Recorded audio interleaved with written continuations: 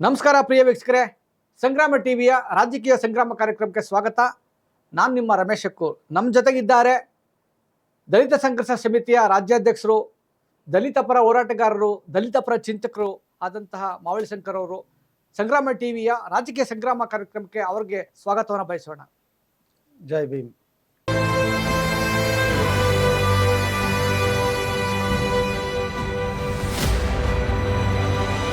ಮಾವಳಿ ಶಂಕರ್ ಅವರೇ, ರಾಜ್ಯದಲ್ಲಿ ತನ್ನದೇ ಆದಂತಹ ಸೈದ್ಧಾಂತಿಕ ನೆಲೆಗಟ್ಟನ್ನ ಹೊಂದಿ ರಾಜ್ಯದ ದಲಿತ ಸಮುದಾಯಕ್ಕೆ ಹಲವಾರು ರೀತಿಯ ಹೋರಾಟಗಳ ಮುಖಾಂತರ ನ್ಯಾಯ ದೊರಕಿಸಿಕೊಟ್ಟಂತಹ ನೀವು ಈ ಬಾರಿ ಕಾಂಗ್ರೆಸ್ ಪಕ್ಷದ ಪರವಾಗಿ ಪ್ರಚಾರವನ್ನು ಮಾಡ್ತಾ ಇದ್ದೀರಿ.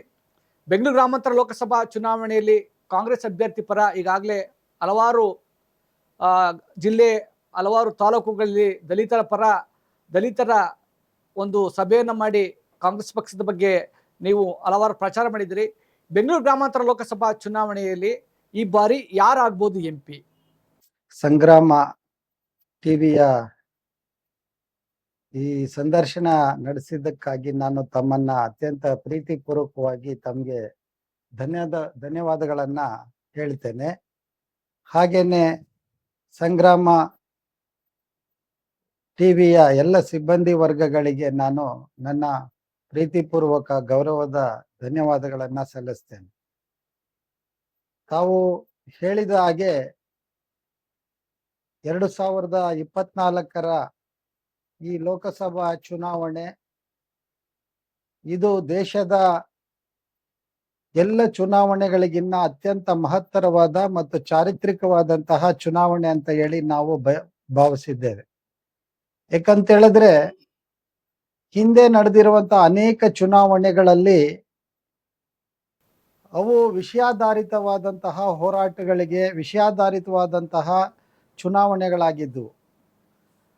ಆದರೆ ಈ ಬಾರಿಯ ಈ ಚುನಾವಣೆ ದೇಶದ ಮಟ್ಟಿಗೆ ಯಾಕೆ ಅತ್ಯಂತ ಮಹತ್ವದ್ದು ಅಂತ ಹೇಳಕ್ಕೆ ನಾನು ಇಷ್ಟಪಡ್ತೀನಿ ಅಂದರೆ, ಕಳೆದ 10 ವರ್ಷಗಳಲ್ಲಿ ಈ ದೇಶವನ್ನು ಆಳಿದಂತಹ BJP ನೇತೃತ್ವದ NDA ಸರ್ಕಾರ ಅಂತ ನಾವೇನು ಕರಿತೀವಿ, ಅಥವಾ ಮೋದಿಯವರು ಪ್ರಧಾನಿಯಾದ ಈ 10 ವರ್ಷಗಳಲ್ಲಿ ದೇಶದ ಅಭಿವೃದ್ಧಿಯ ಒಂದು ಗತಿ ಅದು ಮುಂದಕ್ಕೆ ಹೋಗಿದೆಯಾ ಅಥವಾ ಹಿಮ್ಮುಖವಾಗಿದೆಯಾ ಅನ್ನೋದನ್ನು ನಾವು ಪರಿಶೀಲನೆ ಮಾಡಿದಾಗ ದೇಶ ಈ 10 ವರ್ಷಗಳಲ್ಲಿ ಎಷ್ಟು ಅಭಿವೃದ್ಧಿಯ ದಿಕ್ಕನ್ನು ಸಾಗಬೇಕಾಗಿತ್ತು ಅದು ಆಗದೆ ಅದು ಹಿಮ್ಮುಖ ಚಲನೆಯನ್ನು ಅದು ಅನುಭವಿಸ್ತಾ ಇರೋದನ್ನು ನಾವು ನೋಡ್ತೇವೆ.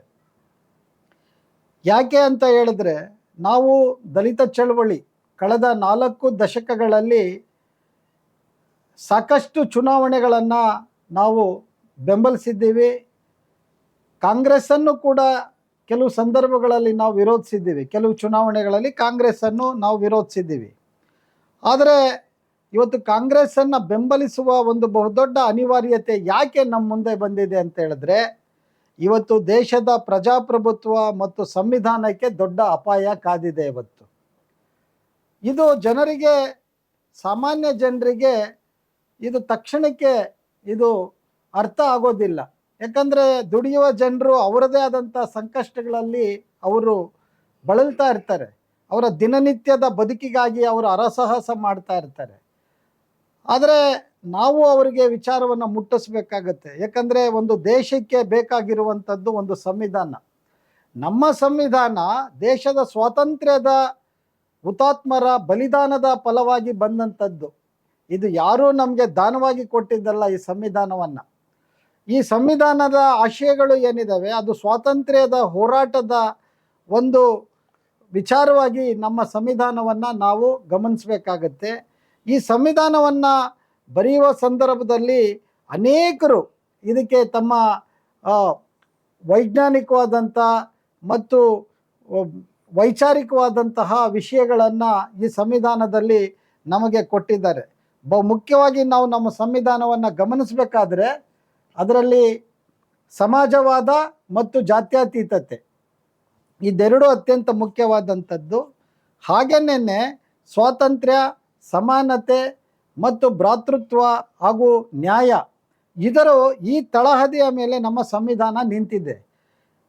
ಈ ಸ್ವಾತಂತ್ರ್ಯ, ಸಮಾನತೆ ಮತ್ತು ಸಹೋದರತೆ ಹಾಗೂ ಈ ಜಾತ್ಯತೀತ ಮತ್ತು ಸಮಾಜವಾದ ಅನ್ನುವಂಥ ನೀತಿಗಳಿದೆಯಲ್ಲ, ಇದು RSSಗೆ ಅಪತ್ಯ. ಅದು ಯಾಕಂದರೆ RSS ಹುಟ್ಟಿನಿಂದಲೇ ಅದು ಒಂದು ಮನುವಾದಿ ಚಿಂತನೆಯನ್ನು ಇರುವಂತಹ ಒಂದು ಸಂಘಟನೆ. ಅದು ಯಾವತ್ತೂ ಕೂಡ ಸಮಾನತೆಯ ಬಗ್ಗೆ ಆಗಲಿ ಅಥವಾ ದೇಶದ ಐಕ್ಯತೆಯ ಬಗ್ಗೆ ಆಗಲಿ ವೈಚಾರಿಕ ವಿಚಾರಧಾರೆಗೆ ಅದು ಯಾವತ್ತೂ ಬದ್ಧವಾಗಿಲ್ಲ ಅನ್ನೋದನ್ನು ನಾವು ಸ್ಪಷ್ಟ ಮಾಡಿಕೊಳ್ಬೇಕು. ಯಾಕಂತೇಳಿದ್ರೆ 1950ರಲ್ಲಿ ನಾವು ಏನು ದೇಶದ ಸಂವಿಧಾನವನ್ನು ಒಪ್ಪಿಕೊಂಡಾಗ ಇದೇ RSS ಸಂವಿಧಾನವನ್ನು ನಾವು ಒಪ್ಪೋದಿಲ್ಲ ಅಂತ ಹೇಳಿ ಅವರು ಬಹಿರಂಗವಾಗಿ ತಮ್ಮ ಪತ್ರಿಕೆಯಲ್ಲಿ, ಆರ್ಗನೈಸರ್ ಪತ್ರಿಕೆಯಲ್ಲಿ ಹೇಳಿದ್ದು ದಾಖಲೆಯಾಗಿದೆ. ಸೊ ಆ ಹಿನ್ನೆಲೆಯಲ್ಲಿ ಸಂವಿಧಾನದ ಆಶಯಗಳನ್ನು ಅದನ್ನು ಸಂಪೂರ್ಣವಾಗಿ ಅದನ್ನು ನಾಶ ಮಾಡುವ ದಿಕ್ಕಿನಲ್ಲಿ ಇವತ್ತು ಈ BJP ಮತ್ತು ಸಂಘ ಪರಿವಾರ, ಈ ಕೋಮುವಾದಿ ವಿಚಾರಧಾರೆ ಉಳ್ಳಂತಹ ಈ BJP ಅದನ್ನು ಒಪ್ಪಿರೋದ್ರಿಂದ ನಾವು ಯಾವುದೇ ಕಾರಣಕ್ಕೂ ಕೂಡ BJP ಮತ್ತು ಸಂಘ ಪರಿವಾರವನ್ನು ನಾವು ಅದರ ವಿಚಾರಧಾರೆಗಳನ್ನು ಒಪ್ಪೋದಕ್ಕೆ ಸಾಧ್ಯ ಇಲ್ಲ ಅಂತ ಹೇಳಿ ನಮ್ಮ ಭಾವನೆ. ಸಂವಿಧಾನದ ಜನಕ ಡಾಕ್ಟರ್ BR ಅಂಬೇಡ್ಕರ್ ಅವರನ್ನ ಕಾಂಗ್ರೆಸ್ಸೇ ಶೋಷಣೆ ಮಾಡ್ತು ಅಂತ ಹೇಳ್ತಾರೆ. ಅದರ ಬಗ್ಗೆ ನೀವೇ ಹೇಳ್ತೀರಿ? ನಿಜಕ್ಕೂ ಇದನ್ನು ನಾವು ಬೇರೆ ರೀತಿಯಲ್ಲಿ ಯೋಚನೆ ಮಾಡಬೇಕಾಗತ್ತೆ. ಯಾಕಂದರೆ ನಿಜ ಆವತ್ತು ಕಾಂಗ್ರೆಸ್ ಅಧಿಕಾರದಲ್ಲಿ ಇತ್ತು ಅಂತಲೇ ಇಟ್ಕೊಳ್ಳೋಣ. ಆದರೆ ಒಟ್ಟು ನಮ್ಮ ವ್ಯವಸ್ಥೆ ಏನಾಗಿದೆ, ಇದು ಜಾತಗ್ರಸ್ತ ವ್ಯವಸ್ಥೆ. ಇಲ್ಲಿ ಪ್ರತಿಯೊಬ್ಬರೂ ಕೂಡ ಅವರವರದೇ ಜಾತಿಯ ಬಿಲದ ಒಳಗಡೆ ಇವತ್ತು ಸೇರಿಕೊಂಡಿದ್ದಾರೆ. ಅಂದು ಕಾಂಗ್ರೆಸ್ಸು ಬಾಬಾ ಸಾಹೇಬರು ಚುನಾವಣೆಗೆ ಸ್ಪರ್ಧೆ ಮಾಡಿದಾಗ ಕಾಂಗ್ರೆಸ್ ಅಭ್ಯರ್ಥಿಯನ್ನು ಹಾಕಿ ಅವ್ರನ್ನ ಸೋಲಿಸುವಂತ ಹೇಳುವಂಥ ಇವತ್ತಿನ BJP ಅವರಾಗಲಿ ಕೋಮುವಾದಿಗಳಾಗಲಿ ಅವರು ಯೋಚನೆ ಮಾಡಬೇಕಾಗಿದ್ದು. ನಾವು ಇನ್ನೊಂದು ಪ್ರಶ್ನೆನ ನಾವೇ ಹಾಕ್ಕೋಬೇಕು. ನಮ್ಮೆಲ್ಲರ ವಿಮೋಚಕ, ನಮ್ಮೆಲ್ಲರ ಮುಕ್ತಿದಾತ ಬಾಬಾ ಸಾಹೇಬ್ ಅಂಬೇಡ್ಕರ್ ಅವರು ಚುನಾವಣೆಗೆ ನಿಂತಾಗ ಅವರ ವಿರುದ್ಧ ನಿಲ್ಲುವಂತಹ ಒಂದು ಮನಸ್ಸನ್ನು ಯಾಕೆ ಈ ಸಮುದಾಯವನ್ನು ಹೊಂದಿದ್ರು?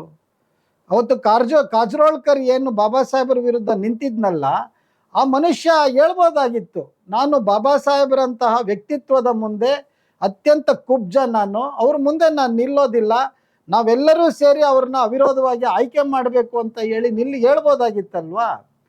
ಸೊ ಆವತ್ತಿದ್ದಂಥ ಜಾತಿವಾದಿಗಳು ಇವತ್ತಿಗೂ BJPಯಲ್ಲಿದ್ದಾರೆ, ಎಲ್ಲ ಪಕ್ಷಗಳಲ್ಲಿದ್ದಾರೆ. ಅದೇನು ಕಾಂಗ್ರೆಸ್ಗೆ ಒಂದಕ್ಕೆ ಅದು ಸೀಮಿತ ಅಲ್ಲ ಅನ್ನೋದನ್ನು ನಾವು ಸ್ಪಷ್ಟ ಮಾಡ್ಕೊಳ್ಬೇಕು.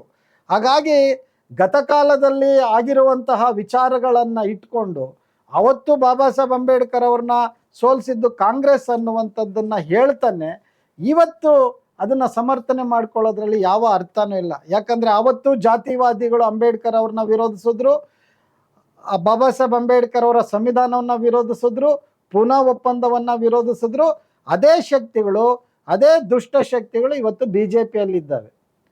ಇದನ್ನು ನಾವು ಅರ್ಥ ಮಾಡ್ಕೊಳ್ಬೇಕು. ಹಾಗಾಗಿ ಕಾಂಗ್ರೆಸ್ನವ್ರು ಸೋಲಿಸಿದ್ರು ಅನ್ನೋದಕ್ಕಿಂತ ಕಾಂಗ್ರೆಸ್ಸಿನ ಮುಖವಾಡದಲ್ಲಿದ್ದಂಥ ಜಾತಿವಾದಿಗಳು ಅವತ್ತು ಬಾಬಾ ಸಾಹೇಬ್ ಅಂಬೇಡ್ಕರ್ ಅವ್ರನ್ನ ಸೋಲಿಸಿದ್ದು ಅನ್ನೋದನ್ನು ನಾವು ಚರಿತ್ರೆಯನ್ನು, ವಸ್ತುಸ್ಥಿತಿಯನ್ನು ಅರ್ಥ ಮಾಡಿಕೊಂಡು ಜನತೆಗೆ ಹೇಳಬೇಕಾಗತ್ತೆ. ನಾವು ಮುಸ್ಲಿಂ ಸಮುದಾಯ, ದಲಿತ ಸಮುದಾಯ BJPನ ವಿರೋಧಿಸೋದು ಯಾಕೆ? ಇಲ್ಲ, ಇದು ತುಂಬ ಸ್ಪಷ್ಟ ಇದೆ. ಯಾಕಂದರೆ BJP ಎನ್ನುವಂಥದ್ದು ಅದು ವಿಷದ ನಾಗರ.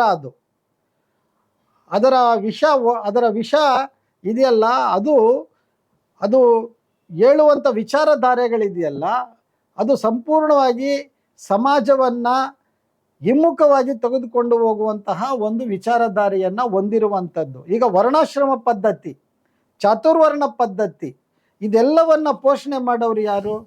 ಇದೇ ಕೋಮುವಾದಿಗಳು, ಇದೇ RSS ಅವರು. ಸೊ ನಾವು ಈಗ ಮುಸಲ್ಮಾನರು ಅಂತ ಹೇಳ್ತೇವೆ. ಮುಸಲ್ಮಾನರು ಎಲ್ಲಿಂದ ಬಂದರು? ಅವರು ಒಂದು ಕಾಲದಲ್ಲಿ ಅವರು ಭಾರತೀಯರಾಗಿದ್ದಂಥವ್ರು. ಅನೇಕ ಕಾರಣಗಳಿಗಾಗಿ ದೇಶ ವಿಭಜನೆ ಆಯಿತು, ಪಾಕಿಸ್ತಾನ ಒಂದು ದೇಶ ಆಯಿತು. ಕೆಲವರು ಆ ಕಡೆಗೆ ಹೋದರು, ಕೆಲವರು ಈ ಕಡೆಗೆ ಬಂದರು. ಆದರೆ ಇವತ್ತಿಗೂ ಕೂಡ ದೇಶದ ಸ್ವಾತಂತ್ರ್ಯಕ್ಕಾಗಿ ಮುಸ್ಲಿಮರ ಬಲಿದಾನ ಇಲ್ವಾ? ಮುಸ್ಲಿಂ ಸ್ವಾತಂತ್ರ್ಯ ಹೋರಾಟದಲ್ಲಿ ಮುಸ್ಲಿಮರ ಪಾತ್ರನೇ ಇಲ್ವಾ? ಚರಿತ್ರೆಯನ್ನು ನಾವು ಅಧ್ಯಯನ ಮಾಡಿ ನೋಡೋಣ. ಇವತ್ತಿಗೂ ಕೂಡ ತಾವು ದೆಹಲಿಯ ಇಂಡಿಯಾ ಗೇಟ್ ಅಂತ ನಾವು ಹೇಳ್ತೀವಲ್ಲ, ಅಲ್ಲಿ ಹೋಗಿ ನೋಡಿದ್ರೆ ಸ್ವಾತಂತ್ರ್ಯಕ್ಕಾಗಿ ಜೀವ ಕೊಟ್ಟಂತಹ ನೂರಾರು ಮುಸಲ್ಮಾನರ ಹೆಸರುಗಳು ಅಲ್ಲಿದ್ದೇವೆ. ಅಲ್ಲಿ ಒಬ್ಬ RSS ಅವನ ಹೆಸರು ತೋರಿಸ್ಲಿ ನೋಡೋಣ. ಇವ್ರು ಏನು ಮಾಡ್ತಾ ಇದ್ದಾರೆ? ದೇಶ ಪ್ರೇಮ ನಾವೇ ಗುತ್ತಿಗೆ ತಗೊಂಡಿದ್ದೀವಿ ಅನ್ನೋ ರೀತಿಯಲ್ಲಿ ಇದೇ RSS ಅವರು ಮಾತಾಡ್ತಾರೆ. ಈಗ ನಿಮಗೆ ಗೊತ್ತಿದೆ, ಈಗ ಹಿಂದೆ ಈಗ ಮೊನ್ನೆನೆ ಈಗ ನಮ್ಮ ರಾಷ್ಟ್ರಪತಿ ದ್ರೌಪದಿ ಮುರ್ಮು ಅವ್ರನ್ನ ಯಾಕೆ ಸಂಸತ್ ಭವನದ ಉದ್ಘಾಟನೆ ಕರೀಲಿಲ್ಲ? ಇವರು ಒಬ್ಬ ರಾಷ್ಟ್ರಪತಿಯಾದ ವ್ಯಕ್ತಿಯನ್ನ ಇವರು ಕರಿಬೋದಾಗಿತ್ತಲ್ಲ ಸಂಸತ್ತಿನ ಉದ್ಘಾಟನೆಗೆ. ಅವ್ರನ್ನೂ ಕರೆದಿಲ್ಲ. ಹಿಂದೆ ಇದ್ದಂಥ ಕೋವಿಂದ್ ಅವ್ರನ್ನ ಆ ರಾಮ ಮಂದಿರ ಶಂಕುಶಿಲೆ ಏನೋ ಮಾಡಿದ್ರಲ್ಲ, ಅದಕ್ಕೂ ಅಂದಿನ ರಾಷ್ಟ್ರಪತಿ ಅವ್ರನ್ನ ಕರೆದಿಲ್ಲ. ಸೊ ಇದು ಏನಂತ ಹೇಳಿದ್ರೆ RSS ಅದು ಒಂದು ಮನುವಾದಿ ಚಿಂತನೆಯನ್ನು ಇಟ್ಕೊಂಡಿರುವಂಥದ್ದು. ಮನುಸ್ಮೃತಿ ಆಧಾರದ ಮೇಲೆ ಇವತ್ತು BJP ಮತ್ತು RSS ಇದೆ. ಸೊ ಹಾಗಾಗಿ ನಾವು ಕೇಳಬೇಕಾಗಿರೋದು, ಮೊನ್ನೆ ನಿಮಗೆಲ್ಲ ಗೊತ್ತಿದೆ, ಯಾವುದೇ ಈಗ ಮುಸಲ್ಮಾನರನ್ನ ನಾವು ಅವ್ರನ್ನ ಕಳಂಕಿತರು, ಅವರು ದೇಶದಲ್ಲಿ ಇರುವಂತಹ ಒಂದು ವಿಭಜಕ ಶಕ್ತಿ ಅಂತ ಹೇಳಿ ಇವರು ಬಿಂಬಿಸ್ತಾ ಇದ್ದಾರೆ. ಹಾಗಾದರೆ RSS ಸ್ವಾತಂತ್ರ್ಯಕ್ಕಾಗಿ ಹೋರಾಟ ಮಾಡಿರುವಂಥ ಸಾಕ್ಷಿದಾರಗಳು ಎಲ್ಲಿದ್ದಾವೆ? ಇವೆಲ್ಲ ಸುಳ್ಳುಗಳು. ಈ ಸುಳ್ಳುಗಳನ್ನು ಇವತ್ತು ಸೃಷ್ಟಿ ಮಾಡಿ ಇವತ್ತು ಜನರನ್ನು ವಿಭಜಿಸುವ ಕೆಲಸವನ್ನು ಅವರು ಮಾಡ್ತಾ ಇದ್ದಾರೆ. ಸೊ ಈ ಸತ್ಯವನ್ನು ನಮ್ಮ ಸಮುದಾಯಗಳು, ನಮ್ಮ ಸಮಾಜ ಅರ್ಥ ಮಾಡ್ಕೊಳ್ಬೇಕು. ಇವರ ಹುನ್ನಾರಗಳಿಗೆ, ಇವರ ಸುಳ್ಳುಗಳಿಗೆ ನಾವು ಬಲಿಯಾಗಬಾರ್ದು. ಇವತ್ತು CAA ತರ್ತಾ ಇರೋ ಉದ್ದೇಶ ಏನು? NRC ತರ್ತಾ ಇರುವಂಥ ಉದ್ದೇಶ ಏನು? ನಾವೆಲ್ಲರೂ ಏನಾಗಿದೆ, ಅದು ಬರೀ ಮುಸಲ್ಮಾನರ ವಿರುದ್ಧ ಅಂತ ತಿಳ್ಕೊಂಡಿದ್ದೀವಿ. ಅದು ತಪ್ಪು ಕಲ್ಪನೆ. ನಾಳೆ ಏನಾದರೂ NRC ಬಂದರೆ ಇಡೀ ಭಾರತೀಯರ ಸಂಕಟ ಎದುರಾಗುತ್ತೆ. ನಾವು ನಾವು ಇಲ್ಲಿ ಬದುಕಿದ್ದೀವಿ, ನಾವು ಜೀವಂತವಾಗಿದ್ದೀವಿ ಅನ್ನೋದನ್ನು ಸಾಬೀತು ಮಾಡಬೇಕಾಗತ್ತೆ. ಅದೆಲ್ಲ ಆಗೋ ಕೆಲಸನ. ಇದರ ಹಿಂದೆ ಬಹು ದೊಡ್ಡ ರೀತಿಯ ವಂಚನೆ ಇದೆ. ಈ ವಂಚನೆಯನ್ನು ನಮ್ಮ ಸಮಾಜ ಅರ್ಥ ಮಾಡ್ಕೊಳ್ಬೇಕು. ಈ NRC ಮತ್ತು ಈ CAA ಇವೆಲ್ಲವೂ ಕೂಡ ಭಾರತೀಯರ ಮೇಲೆ ಹೂಡಿರುವ ಒಂದು ಬಹುದೊಡ್ಡ ಸಂಚು ಅನ್ನೋದನ್ನು ನಾವು ಅರ್ಥ ಮಾಡ್ಕೊಳ್ಬೇಕಾಗತ್ತೆ. ಈ ಬಾರಿ ಹೆಚ್ಚು ಬಹುಮತದಿಂದ BJP ಬಂದರೆ, ಸಂವಿಧಾನದ ತಿದ್ದುಪಡಿಗೆ ಕೈ ಹಾಕಿದ್ರೆ ನಿಮ್ಮ ಪ್ರತಿಕ್ರಿಯೆ ಏನು? ಇಲ್ಲ, ಅದನ್ನು ನಾವು ನಮ್ಮ ಜನರಿಗೆ ಹೇಳುವ ಪ್ರಯತ್ನವನ್ನು ನಾವು ಮಾಡ್ತಾ ಇದ್ದೇವೆ. ಯಾಕಂತ ಹೇಳಿದ್ರೆ ನಾನು ಈಗಾಗಲೇ ಹೇಳಿದ್ದೀನಿ, ಏನು BJPಯ RSS ಇದೆ ಅದು ಸಂವಿಧಾನ ವಿರೋಧಿ. ಅದಕ್ಕೆ ಸಂವಿಧಾನದ ಬಗ್ಗೆ ನಂಬಿಕೆ ಇಲ್ಲ. ಯಾಕಂದರೆ ಈಗಾಗಲೇ ಅವರು ಅನೇಕ ರೀತಿಯ ಸಂವಿಧಾನವನ್ನು ಅಪ್ರಸ್ತುತಗೊಳಿಸುವಂಥ ಅನೇಕ ಕೆಲಸಗಳಿಗೆ ಕೈ ಹಾಕಿದ್ದಾರೆ. ಅವರು ಅದನ್ನು ಮುಖ್ಯವಾಗಿ ಹೇಳ್ತಾ ಇಲ್ಲ. ಈಗ ಮೋದಿ ಅವರು ಒಂದು ಮಾತನ್ನು ಹೇಳಿದ್ರು, ಕಳೆದ ಬಾಬಾ ಸಾಹೇಬ್ ಅಂಬೇಡ್ಕರ್ ಅವರ ದಿನದ ಏನು ಹೇಳಿದ್ರು? ಸಾಕ್ಷಾತ್ ಅಂಬೇಡ್ಕರ್ ಅವರೇ ಬಂದು ಸಂವಿಧಾನವನ್ನು ಬದಲಾಯಿಸ್ತೀನಿ ಅಂದರು, ನಾವು ಬದಲಾಯಿಸೋದಿಲ್ಲ ಅಂತ ಹೇಳ್ತಾರೆ. ಓಕೆ, ಆದರೆ ನಾನು ಮೋದಿ ಅವರಿಗೆ ಮತ್ತು ಬಿ ಜೆ ಪಿಯವರಿಗೆ ನಮ್ಮ ಪ್ರಶ್ನೆ ಇಷ್ಟೇ, ಅಂಬೇಡ್ಕರ್ ಅವರು ಬರ್ತಾರೋ ಬಿಡ್ತಾರೋ ಅದು ಗೊತ್ತಿಲ್ಲ. ಆದರೆ ಇವರು ಹೇಳಬೇಕಾಗಿದ್ದೇನೋ, RSS ಏನಾದರೂ RSS ಸಂವಿಧಾನವನ್ನು ಬದಲಾಯಿಸ್ತೀನಿ ಅಂತ ಹೇಳಿದ್ರು ಕೂಡ ನಾವು ಬದಲಾಯಿಸೋದಿಲ್ಲ ಅಂತ ಹೇಳುವಂಥ ಇಚ್ಛಾಶಕ್ತಿ ಮೋದಿ ಅವರಿಗಿದೆಯಾ? ಇದನ್ನು ಅವ್ರು ಸಾಬೀತು ಮಾಡಲಿ. RSS ಹೇಳಿದ್ರು ಕೂಡ ನಾವು ಯಾವುದೇ ಕಾರಣಕ್ಕೂ ನಾವು ಸಂವಿಧಾನವನ್ನು ಬದಲಾಯಿಸೋದಿಲ್ಲ ಅನ್ನುವಂತಹ ಮಾತನ್ನು, ವಾಗ್ದಾನವನ್ನು ಪ್ರಧಾನಮಂತ್ರಿಗಳು ದೇಶ ಜನತೆ ಮುಂದೆ ಇಡಲಿ. ಒಂದು ಕಡೆ ಪ್ರಧಾನಿ ಮೋದಿ ಅವರು ಸಂವಿಧಾನವನ್ನು ಮುಗಿತಾರೆ, ಪಾರ್ಲಿಮೆಂಟ್ಗೆ ಹೋಗ್ತಾರೆ, ಪಕ್ಕದಲ್ಲಿ ಜಂತರ್ ಮಂತರಲ್ಲಿ ಸಂವಿಧಾನವನ್ನು ಸುಡ್ತಾರೆ. ಹಾಗಾದರೆ ಅವ್ರ ಮೇಲೆ ಏನು ಕ್ರಮ ತೆಗೆದುಕೊಂಡ್ರಿ ನೀವು? ಕಳೆದ ಇದೇ ಚುನಾವಣೆಯಲ್ಲಿ ಒಬ್ಬ ಲಲ್ಲು ಸಿಂಗ್, ಈಗ ಈ ಸ್ಟೇಟ್ಮೆಂಟ್ ಏನು ಪ್ರಧಾನಮಂತ್ರಿಗಳು ಹೇಳಿದ ಮಾರನೇ ದಿನನೇ ಉತ್ತರ ಪ್ರದೇಶದ ಒಬ್ಬ BJP ಅಭ್ಯರ್ಥಿ ಹೇಳ್ತಾರೆ, ನಮಗೆ ಪೂರ್ಣ ಬಹುಮತ ಬಂದರೆ ನಾವು ಸಂಪೂರ್ಣವಾಗಿ ಬದಲಾಯಿಸ್ತೀವಿ ಅನ್ನುವಂಥ ಮಾತನ್ನು ಹೇಳ್ತಾರೆ. ಹಾಗಾದರೆ ಮೋದಿ ಅವರು ಸುಳ್ಳು ಹೇಳ್ತಾ ಇದ್ದಾರಾ ಅಥವಾ BJPಯಲ್ಲಿರುವಂಥ ಪಕ್ಷದವರು ಸುಳ್ಳು ಹೇಳ್ತಾ ಇದ್ದಾರಾ? ಈ ಸುಳ್ಳುಗಳನ್ನು ನಮ್ಮ ಜನ ಸೂಕ್ಷ್ಮವಾಗಿ ಗಮನಿಸಬೇಕು. ಯಾಕಂದರೆ ಇವತ್ತು ಭಾರತಕ್ಕೆ, ಭಾರತೀಯರಿಗೆ ಜಗತ್ತಿನಾದ್ಯಂತ ಏನಾದರೂ ಗೌರವ, ಒಂದು ಮನ್ನಣೆ ಸಿಗ್ತಾ ಇದೆ ಅಂತ ಹೇಳಿದ್ರೆ ಅದು ಬಾಬಾ ಸಾಹೇಬ್ ಅಂಬೇಡ್ಕರ್ ಅವರು ಬರೆದಿರುವಂಥ ಸಂವಿಧಾನ. ಆ ಸಂವಿಧಾನದ ಕಾರಣಕ್ಕೆ ಇವತ್ತು ಈ ದೇಶಕ್ಕೆ ಒಂದು ಗೌರವ ಇದೆ ಅನ್ನೋದನ್ನು ಅರ್ಥ ಮಾಡಿಕೊಂಡು ನಾವು ಸಂವಿಧಾನವನ್ನು ಉಳಿಸ್ಕೊಳ್ಳೋದಕ್ಕೆ, ಪ್ರಜಾಪ್ರಭುತ್ವವನ್ನು ಉಳಿಸ್ಕೊಳ್ಳೋದಕ್ಕೆ ನಾವು ಈ ಚುನಾವಣೆಯನ್ನು ಸವಾಲಾಗಿ ಸ್ವೀಕರಿಸಬೇಕು. ಇದು ಮನುವಾದ ಮತ್ತು ಸಂವಿಧಾನದ ನಡುವೆ ನಡೀತಾ ಇರುವಂತಹ ಒಂದು ದೊಡ್ಡ ಸಂಘರ್ಷ ಅನ್ನೋದನ್ನು ನಾವು ಇಲ್ಲಿ ಗಮನಿಸಬೇಕಾಗತ್ತೆ, ಆಲೋಚಿಸಬೇಕಾಗತ್ತೆ ಅನ್ನುವಂಥ ಮಾತನ್ನು ನಾನು ಹೇಳೋದಕ್ಕೆ ಇಷ್ಟಪಡ್ತೇನೆ. ಅಧ್ಯಕ್ಷರೇ, ಜಾತ್ಯತೀತ ಮನೋಭಾವನೆ ಹೊಂದಿರತಕ್ಕಂತಹ JDS BJP ಜೊತೆ ಮೈತ್ರಿಯಾಗಿದೆ. ಇದು ಬೇರೆ ರೀತಿ ಪರಿಣಾಮ ಬೀರಬಹುದೇ? ಈಗ ಜಾತ್ಯತೀತ ಜನತಾದಳ ಅನ್ನುವಂಥದ್ದು ಅದು ಯಾವತ್ತೂ ಜಾತ್ಯತೀತ ಆಗಿರಲಿಲ್ಲ. ಅದು ಎಲ್ಲರಿಗೂ ಗೊತ್ತಿರುವಂಥದ್ದೇ. ಈಗ ಅದು ಮೊದಲಿಂದಲೂ ಕೂಡ ಒಂದು ಕುಟುಂಬದ ರಾಜಕಾರಣವಾಗಿ ಬಂದಿರುವಂಥದ್ದು. ಮತ್ತು ಹಿಂದೆ ಇದೇ ಕುಮಾರಸ್ವಾಮಿ ಅವರು ಮುಖ್ಯಮಂತ್ರಿ BJP ಜೊತೆ ಹೊಂದಾಣಿಕೆ ಮಾಡಿಕೊಂಡು ಅಧಿಕಾರ ನಡೆಸುವ ಸಂದರ್ಭದಲ್ಲಿ ಒಂದು ಮಾತನ್ನು ಹೇಳಿದರು. ಜಾತ್ಯತೀತ ಅಂತ ಹೇಳಿ ನಾನು ಡಿಕ್ಷನರಿಯಲ್ಲಿ ಹುಡುಕ್ತಾ ಇದ್ದೀನಿ, ನನಗೆ ಸಿಗ್ತಾ ಇಲ್ಲ ಅಂತ ಹೇಳಿ.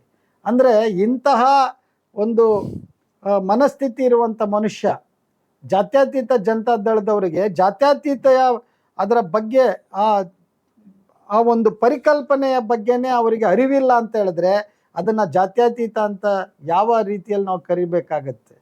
ಅದರ ಜೊತೆಗೇನೆ ಇದೇ JDSನವರು ಅವರು ಇದುವರೆಗೂ BJPಯ ಬಗ್ಗೆ ಏನೆಲ್ಲ ಮಾತಾಡಿದ್ದಾರೆ ಅನ್ನೋದು ಇವತ್ತು ಜಗಜ್ಜಾಹೀರಾಗಿದೆ. ಆದರೆ ಯಾವ ಕಾರಣಕ್ಕೆ ಇವತ್ತು ಮೋದಿ ಮತ್ತು BJP ಜೊತೆ ಹೋಗಿದ್ದಾರೆ?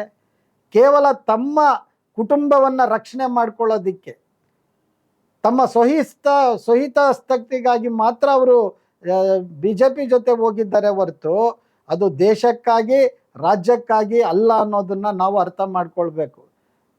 ಇದು ಜಾತ್ಯತೀತ ಜನತಾ ಅನ್ನೋದೊಂದು ಅದು ಹುಸಿ ಕಲ್ಪನೆ. ಅದು ಅಂದರೆ ಕರ್ನಾಟಕದ ಒಂದು ಅಸ್ಮಿತೆಯನ್ನು, ಒಂದು ಪ್ರಾದೇಶಿಕ ಅಸ್ಮಿತೆಯನ್ನು ಇವತ್ತು ಅವರು ಬಲಿ ಕೊಟ್ಟಿದ್ದಾರೆ. ಇವತ್ತು BJP ಅಂತ ಒಂದು ಕೋಮುವಾದಿ ಪಕ್ಷಕ್ಕೆ ತಮ್ಮನ್ನು ತಾವು ಮಾರ್ಕೊಂಡಿದ್ದಾರೆ ಅನ್ನುವಂಥದ್ದನ್ನು ನಾವು ಹೇಳಬೇಕಾಗತ್ತೆ. ನಾವು ಅದರಿಂದ ಜನ ನಂಬಬಾರದು. ಇವತ್ತು ನಿಮಗೆ ಗೊತ್ತಿದೆ, ನಾನು ಏನು ಹೇಳಬೇಕಾಗಿಲ್ಲ, 10ನೇ ಲೋಕಸಭಾ ಚುನಾವಣೆ ಸಂದರ್ಭದಲ್ಲಿ ನಮ್ಮ ಬೆಂಗಳೂರಿನ ದಕ್ಷಿಣ ಕ್ಷೇತ್ರದ ಅಭ್ಯರ್ಥಿಯಾಗಿದ್ದಂಥ BJP ಅಭ್ಯರ್ಥಿಯಾಗಿದ್ದಂಥ ವೆಂಕಟಗಿರಿ ಗೌಡ್ರು ಒಂದು ಪುಸ್ತಕ ಬರೆದ್ರು. ಯಾರ ಬಗ್ಗೆ? ಇದೇ ದೇವೇಗೌಡರ ಬಗ್ಗೆ. ಕರಪ್ಷನ್ ಕಿಂಗ್ ಅಂತ ಅಲ್ವಾ? ಆ ಕರಪ್ಷನ್ ಕಿಂಗ್ ಅಂತ ಬರೆದಂಥ ದೇವೇಗೌಡ್ರನ್ನ ಇವತ್ತು ಮೋದಿ ಅವರು ಅಪ್ಪಿಕೊಳ್ತಾರೆ ಅಂತ ಹೇಳಿದ್ರೆ ಅಂದರೆ ಇವರ ನಡುವೆ ಏನು ಸಂಬಂಧಗಳಿರ್ಬೋದು? ಸೊ ಭ್ರಷ್ಟಾಚಾರವನ್ನು ನಿರ್ಮೂಲನ ಮಾಡ್ತೀನಿ ಅಂತ ಹೇಳ್ತಾ ಬಂದಂತಹ ಮೋದಿಯವರೇ ಇವತ್ತು ದೊಡ್ಡ ಜಗತ್ತಿನ ಬಹುದೊಡ್ಡ ಭ್ರಷ್ಟಾಚಾರ ಅಂತ ಹೇಳಿದ್ರೆ ಎಲೆಕ್ಟ್ರಲ್ ಬಾಂಡ್. ಆ ಎಲೆಕ್ಟ್ರಲ್ ಬಾಂಡಲ್ಲಿ ಅವರು ಕೋಟಿಗಟ್ಟಲೆ ಹಣವನ್ನು ಪಕ್ಷಕ್ಕಾಗಿ ಸಂಗ್ರಹಿಸಿದ್ದಾರೆ. ಅದನ್ನು ನಾವು ಹೇಳ್ತಾ ಇದ್ದೀವಿ, ನಿಜವಾಗ್ಲೂ ಅವ್ರಿಗೆ ಇಚ್ಛಾಶಕ್ತಿ ಇದ್ದರೆ BJP ಅವರಿಗೆ, ಮೋದಿ ಅವರಿಗೆ ಸುಪ್ರೀಂ ಕೋರ್ಟಿನ ನಿವೃತ್ತ ನ್ಯಾಯಮೂರ್ತಿಗಳ ಅದೊಂದು ತನಿಖೆ ಮಾಡಲಿ. ಅವರಿಗೆ ನಿಜವಾಗ್ಲೂ ಆ ಧೈರ್ಯ ಇದ್ದರೆ, ಇಚ್ಛಾಶಕ್ತಿ ಇದ್ದರೆ ಅದನ್ನು ಮಾಡಬೇಕು ಅಂತೇಳಿ ನಾವು ಒತ್ತಾಯವನ್ನು ಮಾಡ್ತಾ ಇದ್ದೇವೆ. ಅದರಿಂದ ಈ ಚುನಾವಣೆ ಜಾತ್ಯತೀತ ಜನತಾದಳ ಸಂಪೂರ್ಣವಾಗಿ ಅದು ನೆಲ ಕಚ್ಚುತ್ತೆ, ತನ್ನ ಅಸ್ತಿತ್ವವನ್ನು ಕಳ್ಕೊಳ್ಳುತ್ತೆ. ಕುಮಾರಸ್ವಾಮಿ ಅವರು ಅಲ್ಲಿ ಸೋಲ್ತಾರೆ. ಮಂಡ್ಯದಲ್ಲಿ ಕುಮಾರಸ್ವಾಮಿ ಸೋಲೋದಂತೂ ಗ್ಯಾರಂಟಿ. ಅಲ್ಲಿಗೆ ಆ ಪಕ್ಷ ತನ್ನ ಅವಸಾನವನ್ನು ಕಾಣುತ್ತೆ ಅನ್ನೋದನ್ನು ನಾವು ಸ್ಪಷ್ಟ ಮಾಡ್ಕೊಳ್ಬೇಕಾಗತ್ತೆ. ಇಲ್ಲಿ ಜಾತಿ ತರಬಾರ್ದು. ಈಗ ನಾನು ಹೇಳ್ತೀನಿ, ಅಲ್ಲಿ ದೆಹಲಿಯಲ್ಲಿ ರೈತರು ಹೋರಾಟ ಮಾಡಿದ್ರಲ್ವಾ? ಯಾತಕ್ಕಾಗಿ ಹೋರಾಟ ಮಾಡಿದ್ರು? ರೈತರು ಭೂಮಿಯ ಖಾಸಗೀಕರಣದ ವಿರುದ್ಧ, ಭೂಮಿಯನ್ನು ಕಾರ್ಪೊರೇಟೀಕರಣದ ವಿರುದ್ಧ ಮತ್ತು ಭೂಮಿಯನ್ನು ಅದನ್ನು ಏನು ಒಂದು ಮಲ್ಟಿನ್ಯಾಷನಲ್ ಕಂಪನಿಗಳಿಗೆ ಅದನ್ನು ಮಾರುವಂಥ ಒಂದು ಮಸೂದೆ ಏನಿತ್ತು ಅದರ ವಿರುದ್ಧ ರೈತರು ದಂಗೆ ಎದ್ದರು. ಆಗ ಮೋದಿ ಸರ್ಕಾರ ಹೇಗೆ ನಡ್ಕೊಳ್ತು? ಅದೇ ರೈತರು ಡೆಲ್ಲಿಯ ಒಳಗಡೆ ಬರಬಾರ್ದು ಅಂತ ದೊಡ್ಡ ದೊಡ್ಡ ಕಂದಕಗಳನ್ನು ತಗೊಳಿದ್ರು, ಮುಳ್ಳಿನ ಬೇಲಿಗಳನ್ನು ಹಾಕಿದ್ರು, ಅವರಿಗೆ ಕೊಡಬಾರದ ಕಷ್ಟಗಳನ್ನು ಕೊಟ್ಟರು ರೈತರ ಮೇಲೆ. ಸುಮಾರು 700 ಜನ ರೈತರು ಅದಕ್ಕೆ ಬಲಿಯಾದರು. ಯಾವತ್ತಾದರೂ ದೇವೇಗೌಡರು ಆ ಬಲಿಯಾದ ರೈತರ ಬಗ್ಗೆ ಮಾತಾಡಿದಾರ? ನಿಜವಾದ ರೈತರ ಮಗನ, ನಿಜವಾದ ಮಣ್ಣಿನ ಮಗನ ಅಂತ ನಾವು ಕೇಳಬೇಕಾಗತ್ತೆ. ಲಖಿಂಪುರ ಕೇರಿಯಲ್ಲಿ ಶಾಂತಿಯುತವಾಗಿ ಪ್ರತಿಭಟನೆ ಮಾಡ್ತಾ ಇದ್ದಂಥ ರೈತರನ್ನ ಅಲ್ಲಿನ BJPಯ ಒಬ್ಬ ಕೇಂದ್ರ ಸರ್ಕಾರದ ಮಂತ್ರಿಯ ಮಗ ಅಜಯ್ ಮಿಶ್ರಾ ಕಾರನ್ನ ತಗೊಂಡೋಗಿ ಅವ್ರ ಮೇಲೆ ಹಾಯಿಸಿ ಸುಮಾರು 8 ಜನರಲ್ಲಿ 6 ಜನ ರೈತರು ಅವರು ಅದಕ್ಕೆ ಬಲಿಯಾದರು. ಯಾವತ್ತಾದರೂ ದೇವೇಗೌಡರ ಮಗ ಕುಮಾರಸ್ವಾಮಿ ಅವರು ಅವ್ರ ಬಗ್ಗೆ ಕಣ್ಣೀರು ಹಾಕಿದ್ದಾರ? ಎಷ್ಟು ಜನ ಕಳೆದ 10 ವರ್ಷಗಳಲ್ಲಿ ಎಷ್ಟು ಜನ ರೈತರು ಆತ್ಮಹತ್ಯೆ ಮಾಡ್ಕೊಂಡಿದ್ದಾರೆ? ಅದರ ಬಗ್ಗೆ ಏನಾದರೂ ದೇವೇಗೌಡರು ಮಾತಾಡ್ತಾ ಇದ್ದಾರಾ? ಇವಾಗ ಇದ್ದಕ್ಕಿದ್ದಂಗೆ ಯಾಕೆ ದೇವೇಗೌಡರಿಗೆ ಮೋದಿ ಅವ್ರ ಮೇಲೆ ಇಷ್ಟೊಂದು ಪ್ರೀತಿ ಉಕ್ಕಿಬಿಟ್ಟಿದೆ? ಇದನ್ನು ನಾವು ಕೇಳಬೇಕು ತಾನೆ. ಸೊ ಈ ಹಿನ್ನೆಲೆಯಲ್ಲಿ ಕರ್ನಾಟಕಕ್ಕೆ ಮೋದಿ ಸರ್ಕಾರ ಕೊಟ್ಟಿರುವಂತಹ ಏನು ನ್ಯಾಯ ಕೊಟ್ಟಿದೆ, ನಮ್ಮ ತೆರಿಗೆ ಏನು ಕೊಟ್ಟಿದೆ, ನಮ್ಮ ತೆರಿಗೆ ಪಾಲನ್ನು ಕೊಟ್ಟಿದ್ದಾರೆ, ಅದ್ರ ಬಗ್ಗೆ ದೇವೇಗೌಡರು ಯಾವತ್ತಾದರೂ ಮಾತಾಡಿದ್ದಾರಾ? ನಾವು ಕೊಡುವಂಥ GST ಪಾಲನ್ನು ನಮಗೆ ಎಷ್ಟು ಕೊಡ್ತಾ ಇದ್ದಾರೆ ಇವರು? ಇದ್ರ ಬಗ್ಗೆ ಚರ್ಚೆ ಆಗಬೇಕು ತಾನೆ. ಇವತ್ತು ಬಡವರ ಮೇಲೆ ತೆರಿಗೆಯನ್ನು ಹಾಕುವ ಮೂಲಕ ಮೋದಿ ಸರ್ಕಾರ ಇವತ್ತು ತೆರಿಗೆ ಭಯೋತ್ಪಾದಕತೆಯನ್ನು ಮಾಡ್ತಾ ಇದೆ. ಅದೇ ರೀತಿಯಲ್ಲಿ ದೊಡ್ಡ ದೊಡ್ಡ ಬಂಡವಾಳಶಾಹಿಗಳ ಏನು ಮಾಡಿದ್ದಾರೆ, ಅವರು ಸಾಲಗಳೇನಿದ್ದಾವೆ ಬ್ಯಾಂಕಿಂದ ತೆಗೆದುಕೊಂಡಿರುವಂಥ ಸುಮಾರು 15 ಲಕ್ಷ ಕೋಟಿಗೂ ಮಿಕ್ಕಿ ಸಾಲವನ್ನು ಮನ್ನಾ ಮಾಡಿದೆ ಯಾರು? ಮೋದಿ ಸರ್ಕಾರ. ಹಾಗಾದರೆ ಯಾರ ಪರವಾಗಿದ್ದಾರೆ ಇವರು? ಇದನ್ನು ದೇವೇಗೌಡರು ಕೇಳಬೇಕೋ ಬೇಡವೋ ಇದನ್ನು? ಸೊ ಇದು ನಮ್ಮ ಪ್ರಶ್ನೆ ಇರೋದು. ಹಾಗಾಗಿ ಈ ಚುನಾವಣೆಯಲ್ಲಿ JDS BJP ಜೊತೆ ಹೋಗಿರೋದು ಅದು ಆತ್ಮಹತ್ಯೆಯ ದಾರಿಯನ್ನು ಹಿಡಿದಿದೆ ಅಂತ ನಾವು ಹೇಳಬೇಕಾಗತ್ತೆ. ಮಾಜಿ ಪ್ರಧಾನಿಗಳು HD ದೇವೇಗೌಡರು ಹೇಳ್ತಾರೆ ನಿನ್ನೆ ಸಮಾವೇಶದಲ್ಲಿ, ಕಾಂಗ್ರೆಸ್ ಪಕ್ಷ ಇಷ್ಟು ವರ್ಷ ಆಳ್ವಿಕೆ ನಡೆದ್ರು, ಖಾಲಿ ಮಾಡಿದ್ರು, ಆದರೆ ನರೇಂದ್ರ ಮೋದಿ ಅವರು ಬಂದ 10 ವರ್ಷದಲ್ಲಿ ಇದನ್ನ ಅಕ್ಷಯ ಪಾತ್ರೆ ಮಾಡಿದ್ದಾರೆ ಅಂತ ಹೇಳ್ತಾರೆ ಬಹಿರಂಗವಾಗಿ. ಅದರ ಬಗ್ಗೆ ನೀವೇನು ಹೇಳ್ತೀರಿ? ಅಲ್ಲ, ನಿಜಕ್ಕೂ ದೇವೇಗೌಡರು ಅವರು ತಳಹಂತದಿಂದ ರಾಜಕಾರಣ ಮಾಡ್ಕೊಂಡು ಬಂದಂಥವ್ರು. ಅವರು ಏಕಾಏಕಿ ಉದ್ಭವ ಆದಂಥವ್ರಲ್ಲ.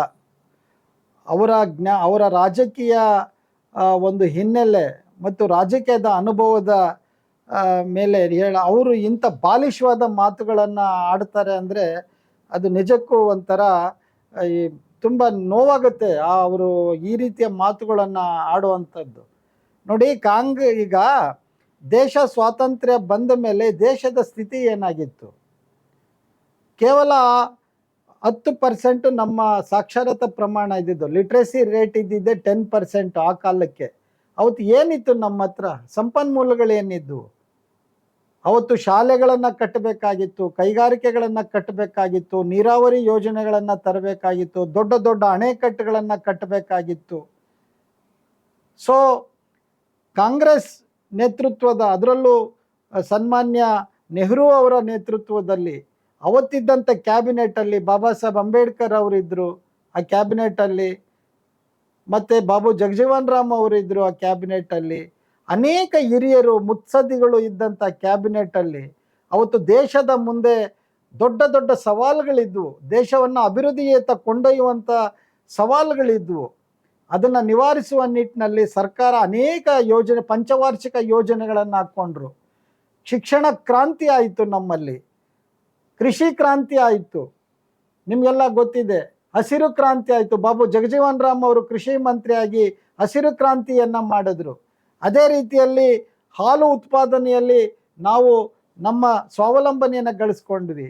ಕೃಷಿ ಉತ್ಪಾದನೆಯಲ್ಲಿ ನಮ್ಮ ಆಹಾರವನ್ನು ನಾವು ಗಳಿಸುವಂಥ, ಉತ್ಪಾದನೆ ಮಾಡುವಂಥ ಶಕ್ತಿಯನ್ನು ನಾವು ಬಳಸ್ಕೊಂಡ್ವಿ ನಾವು. ಹಾಗಾಗಿ ದೇಶ ಅನೇಕ ರೀತಿಯ ಸವಾಲುಗಳ ಮಧ್ಯೆನೇ ಆ ಸಂದರ್ಭದಲ್ಲಿ IITಗಳು ಮತ್ತು ದೊಡ್ಡ ದೊಡ್ಡ ಯೂನಿವರ್ಸಿಟಿಗಳು ಮತ್ತು ಅನೇಕ ಕೈಗಾರಿಕೆಗಳು, HL, HMT, ITI, BEL, BHEL ಅಂತ ನವರತ್ನಗಳು ಅಂತ ಕರೀತಿದ್ರು ಅದನ್ನು. ಅವು ಲಕ್ಷಾಂತರ ಜನರಿಗೆ ಉದ್ಯೋಗ ಸೃಷ್ಟಿಯಾಯಿತು. ಬ್ಯಾಂಕುಗಳ ರಾಷ್ಟ್ರೀಕರಣ ಆದವು. ಅನೇಕ ತಳ ಸಮುದಾಯಗಳು, ಶೂದ್ರಾತಿ ಶೂದ್ರರು ಅವರು ಬ್ಯಾಂಕ್ಗಳಲ್ಲಿ ಕೆಲಸ ಮಾಡೋದಕ್ಕೆ ಅನುಕೂಲಗಳಾಯಿತು. ಇದೆಲ್ಲ ಸಣ್ಣ ಸಾಧನೆನಾ? ಇದೆಲ್ಲ ದೇವೇಗೌಡರಿಗೆ ಏನು ಕಣ್ಣಿಗೆ ಇದೆಲ್ಲ ಕಾಣಿಸೋದಿಲ್ವಾ ಅಥವಾ ಕಿವಿಗೆ ಕೇಳಿಸೋದಿಲ್ವಾ? ಅವರು ಯಾವ ಈ ಥರದ ಒಂದು ಅಂಧಭಕ್ತನ ಥರ ಮೋದಿಯ ಅಂಧಭಕ್ತರು ಮಾತಾಡ್ತಾರಲ್ಲ ಆ ರೀತಿ ಮಾತಾಡುವಂಥ ಈ ಕೆಳಮಟ್ಟಕ್ಕೆ ದೇವೇಗೌಡರು ಪ್ರಧಾನಿ ಆದಂಥವರು ಅವರು ಇಳಿಬಾರ್ದಾಗಿತ್ತು ಅಂತ ಹೇಳಿ ನಾನು ಭಾವಿಸ್ತೇನೆ. ಅದರಿಂದ ಕಾಂಗ್ರೆಸ್ಸು ತನ್ನ ಏನು ಕಾಲಾವಧಿಯಲ್ಲಿ ಅದು ಮಾಡಿದಂಥ ಅನೇಕ ಯೋಜನೆಗಳಿಂದ ಇವತ್ತು ದೇಶ ಅಣುಬಾಂಬನ್ನು ತಯಾರು ಮಾಡೋದ್ರಲ್ಲಿ ನಾವು ಸಾಧನೆ ಮಾಡಿದ್ದೀವಿ, ಬಾಹ್ಯಾಕಾಶಕ್ಕೆ ಹೋಗಿರೋದ್ರಲ್ಲಿ ಸಾಧನೆ ಮಾಡಿದ್ದೀವಿ. ಪ್ರತಿಯೊಂದರಲ್ಲೂ ಕೂಡ ಇವತ್ತು ದೇಶ ಇಡೀ ಜಗತ್ತಿನಲ್ಲೇ ಒಂದಷ್ಟು ತನ್ನನ್ನು ತಾನು ಗುರುತಿಸಿಕೊಳ್ಳುವ ನಿಟ್ಟಿನಲ್ಲಿ ಕೆಲಸ ಮಾಡ್ತಾ ಇದೆ. ಸರಿ, ಮೋದಿಯವರು ಬಂದ ಮೇಲೆ ಏನಾಗಿದೆ ಹೇಳಿ ನೋಡೋಣ. ಇವ್ರು ಹೇಳ್ತಾರಲ್ಲ ಮೋದಿಯವರು ಬಂದ ಮೇಲೆ ಏನಾಗಿದೆ, ಏನಾದರೂ ಅಭಿವೃದ್ಧಿ ಆಗಿದೆಯಾ? ಇವ್ರು ಹೇಳಿದ್ರು ನಾನು ವಿದೇಶದಿಂದ ಕಪ್ಪು ಹಣ ತರ್ತೀನಿ, 15 ಲಕ್ಷ ಮನೆಗೂ ಹಾಕ್ತೀನಿ ಅಂದರೆ ಯಾರ ಮನೆಗೆ ಬಂತು? ಪ್ರತಿ ವರ್ಷ 2 ಕೋಟಿ ಉದ್ಯೋಗಗಳನ್ನು ಸೃಷ್ಟಿ ಮಾಡ್ತೀನಿ ಅಂದರು, ಎಲ್ಲಿ ಉದ್ಯೋಗ ಸೃಷ್ಟಿಯಾಗಿದೆ? ನಿರುದ್ಯೋಗದ ಪ್ರಮಾಣ ಎಷ್ಟಿದೆ? ಹಸಿವಿನ ಸೂಚ್ಯಂಕದಲ್ಲಿ ನಾವು ಯಾವ ಬಾಂಗ್ಲಾದೇಶಗಿನ್ನ ಕೊನೆಯಲ್ಲಿದ್ದೀವಿ, ನಮಗಿನ್ನ ಮುಂದೆ ಇದೆ ಬಾಂಗ್ಲಾದೇಶ ಹಸಿವಿನ ಸೂಚ್ಯಂಕದಲ್ಲಿ. ಮತ್ತು ನಾವು ಇದು ಆರೋಗ್ಯದ ಸ್ಥಿತಿ ನೋಡಿದ್ರೆ ಅದರಲ್ಲೂ ಕೂಡ ನಾವು ಹಿಂದೆ ಇದ್ದೀವಿ. ಇದು ಕೇವಲ ದೇವರನ್ನ ಧರ್ಮವನ್ನು ಇದನ್ನು ತಂದು ಧರ್ಮಗಳ ನಡುವೆ ಬೆಂಕಿಯನ್ನು ಹಚ್ಚಿ ಅದರಲ್ಲಿ ಇವರು ಈ BJP ಮತ್ತು ಈ ಕೋಮುವಾದಿಗಳು ಆಟ ಆಡ್ತಾ ಇದ್ದಾರೆ. ಅದರಿಂದ ಭಾರತೀಯರಿಗೆ ಇವತ್ತು ಬೇಕಾಗಿರುವಂಥದ್ದು ಘನತೆಯ ಬದುಕು, ಘನತೆಯಿಂದ ಬದುಕುವ ಬದುಕು, ಉದ್ಯೋಗ ಬೇಕು, ಪ್ರತಿಯೊಬ್ಬರಿಗೂ ಉದ್ಯೋಗ ಬೇಕು, ಗೌರವದಿಂದ ಜೀವಿಸುವಂಥ ಒಂದು ಸಮಾಜ, ಸ್ವಾಸ್ಥ್ಯ ಸಮಾಜ ನಿರ್ಮಾಣ ಆಗಬೇಕು. ಇವರು ಧರ್ಮ ಅಂತ ಹೇಳ್ಕೊಂಡು ಹಿಂದುತ್ವ ಅಂತ ಹೇಳ್ತಾರೆ. ಯಾವುದು ಹಿಂದುತ್ವ? ಯಾವ ಹಿಂದುತ್ವವನ್ನು ಅವರು ಹೇಳ್ತಾ ಇದ್ದಾರೆ? ಅವರು ಹಿಂದುತ್ವ ಹೇಳುವಂಥದ್ದು ವೈದಿಕ ಶಾಹಿಯ ಚಾತುರ್ವರ್ಣ ಪದ್ಧತಿಯ ಜಾತಿಗಳ ನಡುವೆ ವಿಷವನ್ನು ಬಿತ್ತುವಂತಹ ಚಾತುರ್ವರ್ಣವನ್ನು ಇವತ್ತು ಅವರು ಹೇಳ್ತಾ ಇದ್ದಾರೆ. ಅದರಿಂದ ಅದಕ್ಕೆ ಸಂವಿಧಾನವೇ ಮದ್ದು. ನಮ್ಮ ಸಂವಿಧಾನ ಜಾತ್ಯತೀತ ಸಂವಿಧಾನ, ಧರ್ಮಾತೀತ ಸಂವಿಧಾನ, ಸಮಾನತೆಯ ಸಂವಿಧಾನ.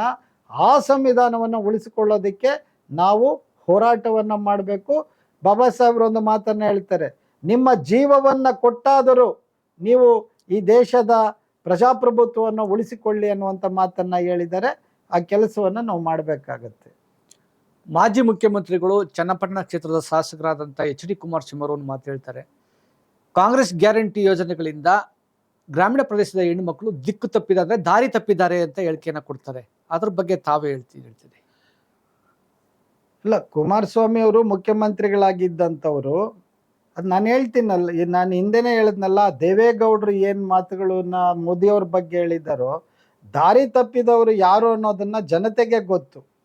ದಾರಿ ತಪ್ಪಿದ ಮುಖ್ಯಮಂತ್ರಿ ಯಾರು ಅನ್ನೋದನ್ನು ಅವರೇ ಆತ್ಮಾವಲೋಕನ ಮಾಡ್ಕೊಳ್ಬೇಕು. ಒಂದು, ಅವರು ಯಾವ ರೀತಿ ದಾರಿ ತಪ್ಪಿದ್ದಾರೆ ಅನ್ನೋದು ಜಗಜ್ಜಾಹೀರಾಗಿದೆ, ಅದನ್ನು ಹೇಳುವ ಅಗತ್ಯವಿಲ್ಲ. ಒಂದು, ಆದರೆ ಗ್ಯಾರಂಟಿಗಳಿಂದ ಯಾರಿಗೆ ಅನ್ಯಾಯ ಆಗಿದೆ?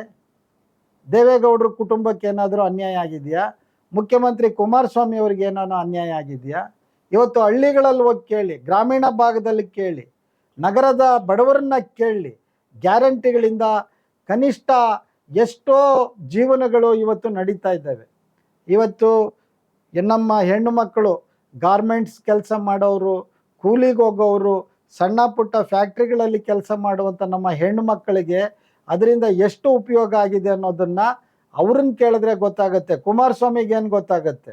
ಕುಮಾರಸ್ವಾಮಿ ಅವರ ಅತ್ತಿಗೆ 1.5 ಕೋಟಿ ಕಾರುದು ಎಲ್ಲೋ ಅದು ಆಕ್ಸಿಡೆಂಟ್ ಆಯಿತು ಅಂತ ಆ ಅಮ್ಮ ಹೆಂಗೆ ಬಾಯಿ ಬಡ್ಕೊಂಡ್ಲು ಅನ್ನೋದು ಎಲ್ಲರಿಗೂ ಗೊತ್ತಿರುವಂಥ ವಿಚಾರನೇ. ಅದರ ಬಗ್ಗೆ ಮಾತಾಡೋದು ಬೇಡ ನಾವು.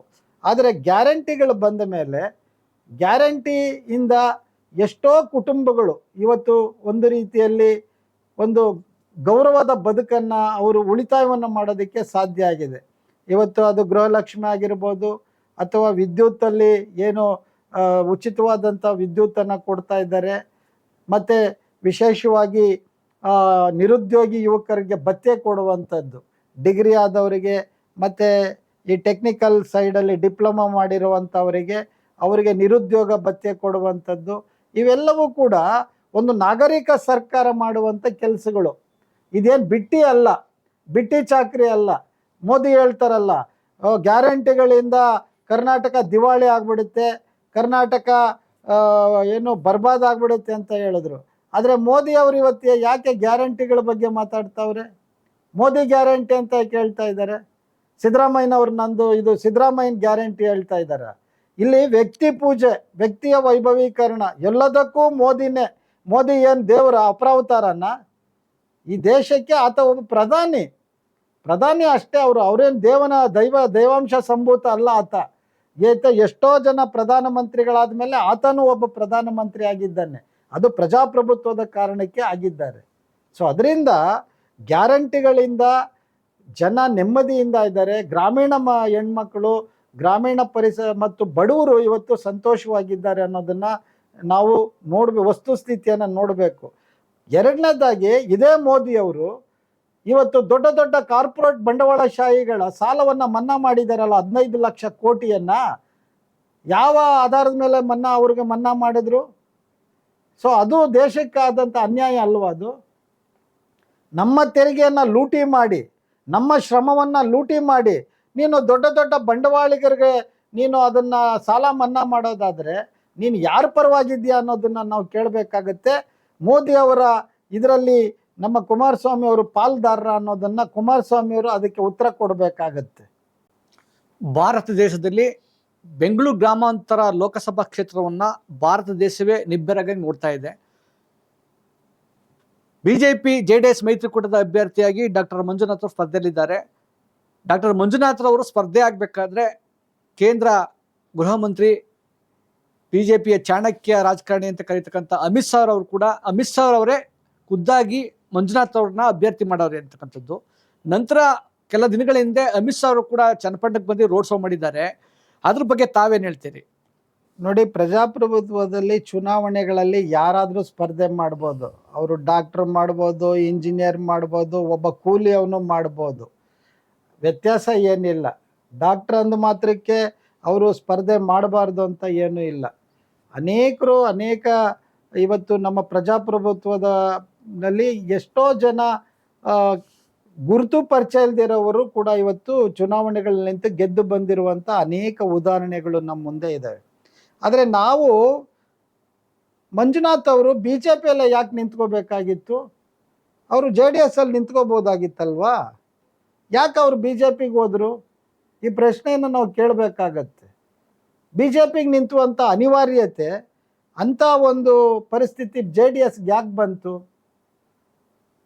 ಸೊ ಹಾಗಾಗಿ ಎಲ್ಲೋ ಒಂದು ಕಡೆ JDSಗೆ ಅಭದ್ರತೆ ಕಾಣ್ತಾ ಇದೆ. ಒಂದು ವೇಳೆ ಈ CN ಮಂಜುನಾಥನ್ನ, ತನ್ನ ಅಳಿಯನನ್ನು ನಾನೇನಾದರೂ JDS ಅಲ್ಲಿ ನಿಲ್ಲಿಸ್ಬಿಟ್ರೆ ಎಲ್ಲಿ ಜನ ನಮ್ಮನ್ನು ಕೈ ಬಿಟ್ಟುಬಿಡ್ತಾರೋ ಅಂತ ಆತಂಕದಿಂದ ಅನಿವಾರ್ಯವಾಗಿ ಆತನನ್ನು BJPಗೆ ಕಳಿಸಿ ಬಲಿಪಶು ಮಾಡಿದ್ದಾರೆ. ಯಾಕಂದರೆ ಇದು ಅನೈತಿಕವಾದಂತಹ ಇವರಿಬ್ಬರ ನಡುವಿನ ಹೊಂದಾಣಿಕೆ ಇದೆಯಲ್ಲ, ಇದು ಅನೈತಿಕವಾದಂಥದ್ದು.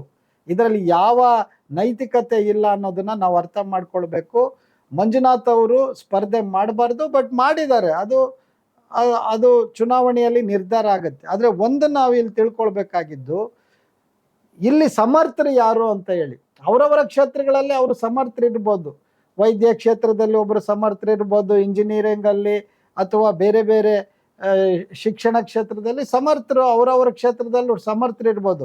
ಆದರೆ ರಾಜಕೀಯ ಕ್ಷೇತ್ರವನ್ನು, ಅದರ ಆಳ ಅಗಲಗಳನ್ನು ಅರ್ಥ ಮಾಡಿಕೊಂಡು ಜನಾನುರಾಗಿಯಾಗಿ ಕೆಲಸ ಮಾಡಿರುವಂಥವರು ಕಳೆದ 4 ಚುನಾವಣೆಗಳಲ್ಲಿ ಅನಿಸುತ್ತೆ ನಮ್ಮ DK ಸುರೇಶ್ ಅವರು ಇಡೀ ಕ್ಷೇತ್ರದಲ್ಲಿ ಅವರು ಅನೇಕ ರೀತಿಯ ಅಭಿವೃದ್ಧಿಯ ಯೋಜನೆಗಳನ್ನು ಹಮ್ಮಿಕೊಂಡಿದ್ದಾರೆ. ಮತ್ತು ಎಲ್ಲ ಕಡೆಯಲ್ಲೂ ಒಬ್ಬ ಸಾಮಾನ್ಯ ಸಂಸತ್ ಸದಸ್ಯನಾಗಿ ಅವರು ಅಲ್ಲಿ ಹೋಗಿ ಆ ಕ್ಷೇತ್ರದ ಜನರ ಬವಣೆಗಳನ್ನು ಅರ್ಥ ಮಾಡ್ಕೊಂಡಿದ್ದಾರೆ. ಹಾಗಾಗಿ ಇಲ್ಲಿ ಬಹುಶಃ ಚುನಾವಣೆ ಅನ್ನುವಂಥದ್ದು ಏಕಪಕ್ಷ ಆಗಬಾರ್ದು. ಆ ಕಾರಣಕ್ಕಾಗಿ ಅವರ ಮಂಜುನಾಥ್ ಅವರ ಸ್ಪರ್ಧೆಯನ್ನು ಒಪ್ಕೊಳ್ಳೋದಾದರೂ ಕೂಡ ಇವತ್ತು ಈ ಕ್ಷೇತ್ರದ ನಾಡಿ ಮಿಡಿತ ಹೇಗಪ್ಪ ಇದೆ ಅಂದರೆ, ಅದು ಖಂಡಿತವಾಗಲೂ ಕೂಡ ಸುರೇಶ್ರವರನ್ನು ಜನ ಅಭೂತಪೂರ್ವವಾಗಿ ಇಲ್ಲಿ ಗೆಲ್ಲಿಸ್ತಾರೆ ಅನ್ನೋದರಲ್ಲಿ ಅನುಮಾನಗಳೇ ಇಲ್ಲ. ಸೊ ಹಾಗಾಗಿ DK ಸುರೇಶ್ರವರ ಒಂದು ಕಾರ್ಯವೈಖರಿ ಮತ್ತು ಅವರು ಜನರ ನಡುವೆ ಯಾವ ರೀತಿ ತಮ್ಮ ಸಂಬಂಧಗಳನ್ನು ಇಟ್ಕೊಂಡಿದ್ದಾರೆ ಮತ್ತು ಅವರು ಹೇಗೆ ಅಭಿವೃದ್ಧಿ ಕಾರ್ಯಗಳನ್ನು ಅವರು ಈ ಕ್ಷೇತ್ರಕ್ಕೆ ತಂದಿದ್ದಾರೆ ಅನ್ನುವಂಥದ್ದು ಜನರಿಗೆ ಗೊತ್ತಿದೆ. ಜನ ಆಯ್ಕೆ ಮಾಡ್ತಾರೆ. ಅದು ಜನರು 2024 ಈ ಚುನಾವಣೆ ಇದೆಯಲ್ಲ, ಈ ಚುನಾವಣೆ ನಾನು ಆರಂಭದಲ್ಲೇ ಹೇಳಿದ ರೀತಿಯಲ್ಲೇ ಇದು ಮನುವಾದ ಮತ್ತು ಸಂವಿಧಾನದ ನಡುವೆ ನಡೀತಾ ಇರುವಂಥ ಸಂಘರ್ಷ. ಇದು ಅಂತಿಮವಾಗಿ ಗೆಲುವು ಸಂವಿಧಾನಕ್ಕೆ ಆಗುತ್ತೆ. ಅಂತ ಕಾರಣ ಆ ಸಂವಿಧಾನಕ್ಕೆ ಬದ್ಧರಾಗಿರುವಂತಹ ಕಾಂಗ್ರೆಸ್ ಪಕ್ಷದ ಅಭ್ಯರ್ಥಿಯಾಗಿರುವಂತಹ ಸನ್ಮಾನ್ಯ DK ಸುರೇಶ್ರವರ ಗೆಲುವು ಅದು ಶತಸಿದ್ಧ, ಅದರಲ್ಲಿ ಯಾವ ಅನುಮಾನಗಳು ಇಲ್ಲ ಅನ್ನುವಂಥದ್ದನ್ನು ಈಗಾಗಲೇ ನಾವು ಹಲವಾರು ಕ್ಷೇತ್ರಗಳನ್ನು ನಮ್ಮ ಏನು ನಮ್ಮ ಬೆಂಗಳೂರು ಗ್ರಾಮಾಂತರ ಕ್ಷೇತ್ರವನ್ನು ನಾವು ಪ್ರವಾಸ ಮಾಡಿ ಬಂದಿದ್ದೇವೆ. ಇಲ್ಲಿ ರೈತ ಚಳವಳಿ, ದಲಿತ ಚಳವಳಿ, ಕಾರ್ಮಿಕ ಚಳವಳಿಗಳು, ಮಹಿಳೆಯರು, ವಿದ್ಯಾರ್ಥಿಗಳು ಎಲ್ಲರೂ ಕೂಡ ಇವತ್ತು DK ಸುರೇಶ್ರವರ ಗೆಲುವಿಗಾಗಿ ಶ್ರಮಿಸ್ತಾ ಇದ್ದಾರೆ. ಹಾಗೆಯೇ ಇಡೀ ದೇಶ ಒಂದು ಹೊಸ ಬದಲಾವಣೆಗಾಗಿ ಕಾಣ್ತಾ ಇದೆ. ಸನ್ಮಾನ್ಯ ಪ್ರಧಾನಿಗಳು ಮೊನ್ನೆ ಒಂದು ಸ್ಟೇಟ್ಮೆಂಟನ್ನು ಕೊಟ್ಟಿದ್ದಾರೆ, ನಾನು 10 ವರ್ಷ ಬರೀ ಟ್ರಯಲ್ಲೇ ಮಾಡಿದ್ದೀನಿ ಅಂತ ಹೇಳಿ. ಇದು ಏನು ಅರ್ಥ? ಒಂದು ದೇಶವನ್ನು ಯಾರಾದರೂ ಟ್ರಯಲಲ್ಲಿ ನಡೆಸೋಕ್ಕೆ ಸಾಧ್ಯ ಆಗುತ್ತೆ? ಇಂಥ ಅನಾನುಭವಿಗಳನ್ನೆಲ್ಲ ಪ್ರಧಾನಮಂತ್ರಿಗಳನ್ನಾಗಿ ಮಾಡಿದ್ರೆ ಆಗುತ್ತೆ. ಹಾಗಾಗಿ ದೇಶ ಇವತ್ತು ಈ ಬದಲಾವಣೆಗೆ ಕಾಯ್ತಾ ಇದೆ. ಅದರಲ್ಲೂ ಕೂಡ ನಮ್ಮ ರಾಷ್ಟ್ರೀಯ ನಾಯಕರಾದಂಥ ಸನ್ಮಾನ್ಯ ಮಲ್ಲಿಕಾರ್ಜುನ್ ಖರ್ಗೆ ಅವರ ನೇತೃತ್ವದಲ್ಲಿ ಇವತ್ತು ಕಾಂಗ್ರೆಸ್ಸು ಶಕ್ತಿಯುತವಾಗಿ ಹೊರಹೊಮ್ಮುತ್ತೆ. ಅದು ಇಂಡಿಯಾ ಒಕ್ಕೂಟದ ಭಾಗವಾಗಿ ಇವತ್ತು ಕಾಂಗ್ರೆಸ್ಸು ಅದು ಅಧಿಕಾರಕ್ಕೆ ಬರುವ ಎಲ್ಲ ಸಾಧ್ಯತೆಗಳು ನಿಚ್ಚಳವಾಗಿ ಕಾಣುತ್ತೆ. ಬಹುಶಃ ಈ ದೇಶದ ಒಬ್ಬ ತಳ ಸಮುದಾಯದ ಪ್ರಧಾನಮಂತ್ರಿಯನ್ನು ನೋಡುವಂತಹ ಒಂದು ಕನಸು ಕೂಡ ಅರಳಬಹುದು ಇಲ್ಲಿ. ಅದನ್ನು ನಾವು ಆ ಕನಸನ್ನು ಇಟ್ಕೊಳ್ಳೋಣ. ಖರ್ಗೆ ಅಂತ ಹಿರಿಯರು, ಮುತ್ಸದ್ದಿಗಳು, ಅನುಭವಿಗಳು ಆದಂಥ ಸನ್ಮಾನ್ಯ ಖರ್ಗೆ ಅವರ ನೇತೃತ್ವದ ಕಾಂಗ್ರೆಸ್ಸು ಈ ಬಾರಿ ಅದು ಒಂದು ರೀತಿಯ ಒಂದು ಪವಾಡವನ್ನು ಮಾಡುವಂತಹ ಎಲ್ಲ ಸಾಧ್ಯತೆಗಳು ನಮ್ಮ ಕಣ್ಣು ಮುಂದೆ ಗೋಚರಿಸ್ತಾ ಇದೆ. ಬೆಂಗಳೂರು ಗ್ರಾಮಾಂತರ ಲೋಕಸಭಾ ಕ್ಷೇತ್ರದ ದಲಿತ ಮತದಾರರಿಗೆ ಅಲ್ಲದೆ ಕರ್ನಾಟಕ ರಾಜ್ಯದ ದಲಿತ ಸಮುದಾಯಕ್ಕೆ ಸಂಗ್ರಾಮ ಟಿವಿಯ ಮುಖಾಂತರ ನೀವು ನೀಡುವ ಸಂದೇಶವೇನು?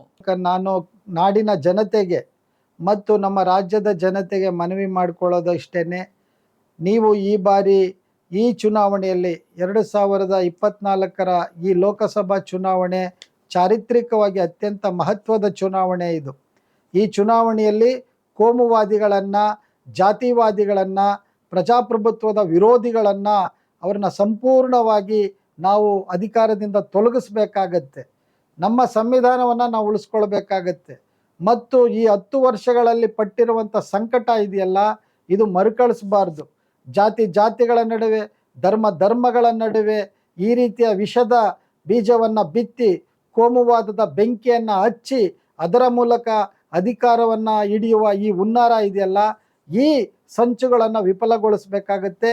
ನಾಡಿನಲ್ಲಿ ಶಾಂತಿ ಮತ್ತು ನೆಮ್ಮದಿಯನ್ನು ತರಬೇಕಾದ್ರೆ, ಪ್ರಜಾಪ್ರಭುತ್ವ ಉಳಿಬೇಕಾದ್ರೆ, ಸಂವಿಧಾನದ ಆಶಯಗಳು ಉಳಿಬೇಕಾದ್ರೆ NDA ಒಕ್ಕೂಟ ಅಧಿಕಾರಕ್ಕೆ ಬರಲೇಬೇಕು ಅನ್ನೋ ಕಾರಣಕ್ಕೆ ಇವತ್ತು ನಾಡಿನ ಅನೇಕ ಜನಪರ ಶಕ್ತಿಗಳು, ಜನಪರ ಹೋರಾಟಗಾರರು, ಅನೇಕ ವಿಚಾರವಂತರು ಇವತ್ತು ಕಾಂಗ್ರೆಸ್ ಪರವಾಗಿ ಅವರು ಕೆಲಸ ಮಾಡ್ತಾ ಇದ್ದಾರೆ. ನಿಚ್ಚಳವಾಗಿ ಈ ಬಾರಿ ಕಾಂಗ್ರೆಸ್ ಅಧಿಕ ಸ್ಥಾನಗಳನ್ನು ಪಡೆಯುತ್ತೆ. ಆ ಮೂಲಕ ಸಂವಿಧಾನದ ಆಶಯಗಳು ಅದು ಜಾರಿಯಾಗುತ್ತೆ ಅನ್ನುವಂಥದ್ದನ್ನು ನಾನು ಈ ಸಂದರ್ಭದಲ್ಲಿ ಹೇಳಕ್ಕೆ ಇಷ್ಟಪಡ್ತೀನಿ. ಆ ಕಾರಣಕ್ಕಾಗಿ ನಾಡಿನ ಯುವಕರು, ಅದರಲ್ಲೂ ವಿಶೇಷವಾಗಿ ಹೊಸ ತಲೆಮಾರಿನ ಯುವಕರು, ಅವರು ಚರಿತ್ರೆಯನ್ನು ಅರ್ಥ ಮಾಡಿಕೊಳ್ಬೇಕು. ಚರಿತ್ರೆಯ ಯಾವ ರೀತಿ ನಮ್ಮ ದೇಶದ ಸ್ವಾತಂತ್ರ್ಯವನ್ನು ಪಡ್ಕೊಳ್ಳೋದಕ್ಕೆ ಎಷ್ಟೆಲ್ಲ ಜೀವಗಳು ಬಲಿದಾನ ಆಗಿದ್ದಾವೆ ಅನ್ನೋದನ್ನು ಅರ್ಥ ಮಾಡ್ಕೊಳ್ಬೇಕು. ಮೋದಿಯ ಡಿಜಿಟಲ್ ಇಂಡಿಯಾ ಅದಲ್ಲ, ಅದು ಸುಳ್ಳುಗಳ ಮತ್ತು ಅದು ಕೇವಲ ಮತಭ್ರಾಂತಿಯನ್ನು ಉಂಟು ಮಾಡುವಂಥದ್ದು. ಅದಕ್ಕೆ ನಾವು ಯಾರೂ ಕೂಡ ಮೋಸ ಹೋಗಬಾರದು, ಅದನ್ನು ನಂಬಬಾರದು. ಸುಳ್ಳುಗಳನ್ನೇ ಸತ್ಯವನ್ನಾಗಿಸುವಂಥ ಈ ಹಿಟ್ಲರ್ ಶಾಹಿಯ ಒಂದು ವಿಚಾರ ಏನಿದೆ ಅದನ್ನು ತೊಲಗಿಸ್ಬೇಕು ಅಂದರೆ ನಾಡಿನ ಜನತೆ ವಿವೇಚನೆಯಿಂದ, ವಿವೇಕದಿಂದ ತಮ್ಮ ಮತವನ್ನು ಈ NDA ಒಕ್ಕೂಟಕ್ಕೆ ಕೊಡುವ ಮೂಲಕ ದೇಶದ ಸಂವಿಧಾನವನ್ನು ಉಳಿಸಬೇಕು ಅಂತೇಳಿ ನಾನು ನಾಡಿನ ಜನತೆಗೆ ಮತ್ತು ರಾಜ್ಯದ ಜನತೆಗೆ ನಾನು ಅತ್ಯಂತ ಕಳಕಳಿಯಿಂದ ನಾನು ಮನವಿಯನ್ನು ಮಾಡ್ತೇನೆ. ವೀಕ್ಷಕರೇ, ಇಲ್ಲಿವರೆಗೆ ನಮ್ಮ ಜೊತೆಯಲ್ಲಿದ್ದು ಹಲವಾರು ರಾಜಕೀಯ ವಿಚಾರದ ಬಗ್ಗೆ ಮಂದಟ್ಟು ಮಾಡಿಬಿಟ್ಟಂತಹ ದಲಿತ ಸಂಘರ್ಷ ಸಮಿತಿ ಅಧ್ಯಕ್ಷರು, ದಲಿತ ಪರ ಚಿಂತಕರು, ವಿಚಾರವಂತರಾದಂತಹ ಮಾವಳ್ಳಿ ಶಂಕರ್ ಅವರಿಗೆ ಧನ್ಯವಾದಗಳನ್ನು ಅರ್ಪಿಸ್ತೇನೆ. ನಮಸ್ಕಾರ.